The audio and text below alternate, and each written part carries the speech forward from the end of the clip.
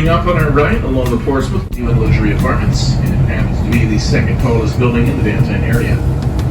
Also in view ahead of us to our right, you'll see the Ritz complex offering 249 guest rooms, all of which have a waterfront view.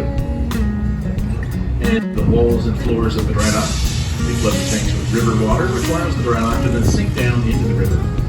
With the dry dock mostly submerged, tugboats will carefully assist the ship by floating over top the dry dock. Once the ship is carefully placed over top of the dry dock, this class Aegis guided missile destroyers. They're high-tech warships that feature an advanced computer and radar weapon system known as Aegis. I'm going to great detail about a ship like those later in the naval base. There is a third ship in the yard to our right. Past number 107 is a much larger ship. It will bear the number 3. It is the USS Kearsarge. The Kearsarge is a Wasp-class landing helicopter docking ship, or otherwise known as the LHD, which are the largest class of amphibious assault ship in the Navy. We're also going to great detail about ships like her later at the naval base. Also in view now to our right, the eastern branch of the Elizabeth River. Spanning across the eastern branch is the Berkeley Bridge, which is part of Interstate 264. It connects to the downtown tunnel, which passes below the southern branch, which is back behind us now. During World War II. The Wisconsin is a rather large ship, 887.5 feet long. It weighs in at 45,000 gross tons and originally carried a crew of 2,900 sailors on board. If you look on the rear deck of the Wisconsin, you'll see some rather large guns. Those are 16-inch guns, the largest guns ever deployed on a United States naval warship. There's a total of 9 of them on board the Wisconsin. The guns are situated 3 to a turret. One turret on the rear of the ship, the other 2 turrets are located at forward. The barrels on those guns are the approximate length of a tractor-trailer rig, which is about 60 feet long. They're capable of firing a 2,700-pound projectile up to 23 nautical miles. Also on board the Wisconsin are 12 smaller 5-inch guns, 6 of them located on either side of the superstructure of the ship. If you'd like to go aboard the Wisconsin for a tour, visitation on the ship is included with the admission to Nauticus, the National Maritime Center.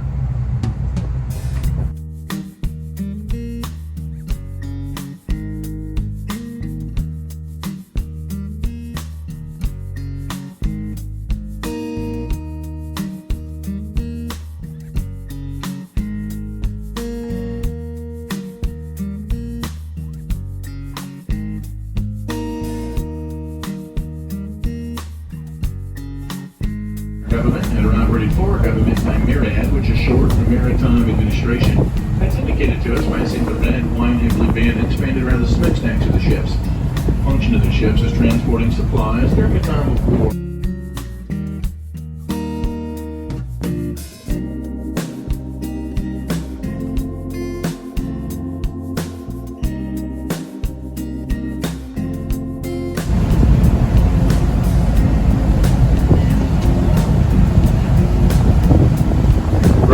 Right over top, one of 2 tunnels in the downtown area.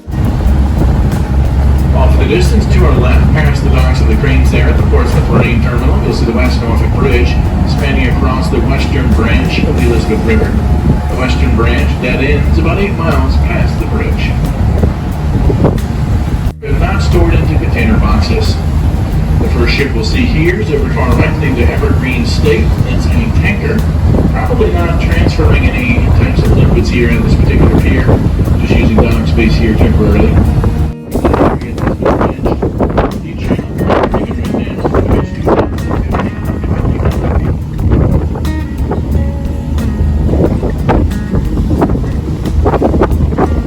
Ship will view the naval base coming up on the right of Pier 1, first pier at the base. So the south side of Pier 1, large white ship with the red crosses, is the USS Comfort is a Mercy-class hospital ship, which is 884 feet long, 106 feet wide.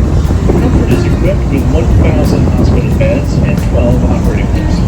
When in service, she would have a crew of about 70 civilians, and up to 1,200 Navy medical and communications personnel. Comfort is operated for the Navy.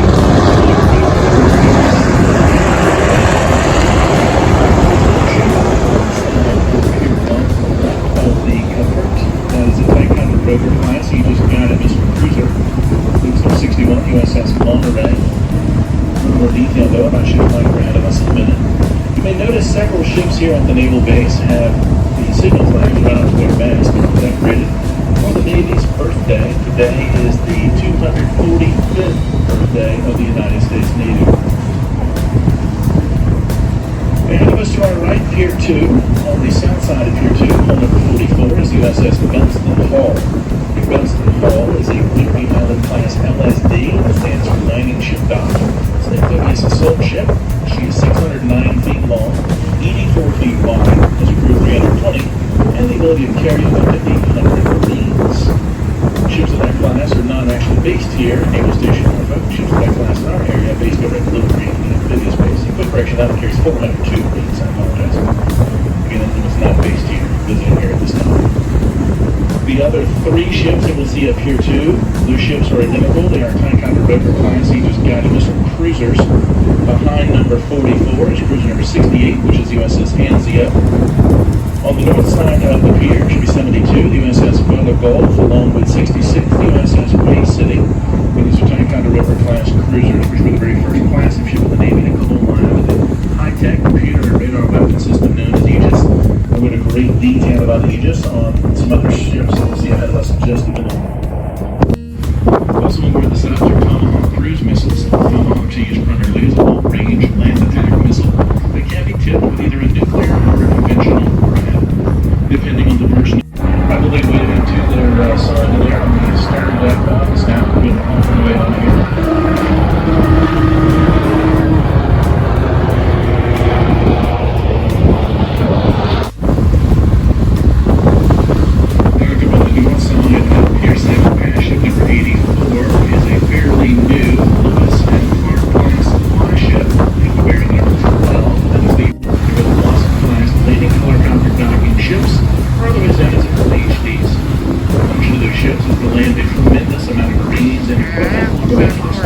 During an amphibious assault. To accomplish their missions, each ship carries between 35 to 40 helicopters that are used to shuttle Marines and equipment to and from a hostile beach.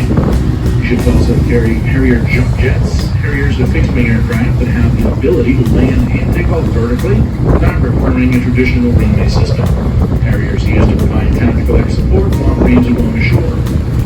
These ships also carry a variety of small boats, landing craft, and hovercraft that are stored inside the ships in an area called the well deck. To allow smaller vessels to travel in and out of these ships, they open a large door in the back of these ships called a stern gate, kind of like a tailgate on a pickup truck. Once they've opened up the stern gate, they will then intentionally sink the rear of these ships down into the water somewhat, done by flooding ballast tanks in the rear of these ships with seawater. With the ballast tanks full of seawater, the rear of the ships become heavier. That's what causes them to sink down. Seawater floods the well deck area, just enough to float the smaller boats, which then allows them to drive in and out of the ships. The Wasp-class ships to our right, number 5 and number 1, are both 844 feet long, 106 feet wide. Each has a crew of 1,292, and the ability to carry up to 1,877 Marines. Ships also have extensive medical capabilities. Each ship can be converted into a 600-bed hospital. Hospitals on board these ships include a 21-bed intensive care unit, 21-bed trauma unit, and 6 operating rooms. The last few piers ahead of us to our right are piers 11, 12, and 14, which are commonly referred to as the aircraft carrier piers. You just noticed the Navy did skip the number 13 when numbering the piers at the base. We'll see 3 aircraft carriers out here today. The first one coming up on our right is down to the cold banana. Last pier ahead of us to our right, Pier 14, down to the south side of Pier 14 is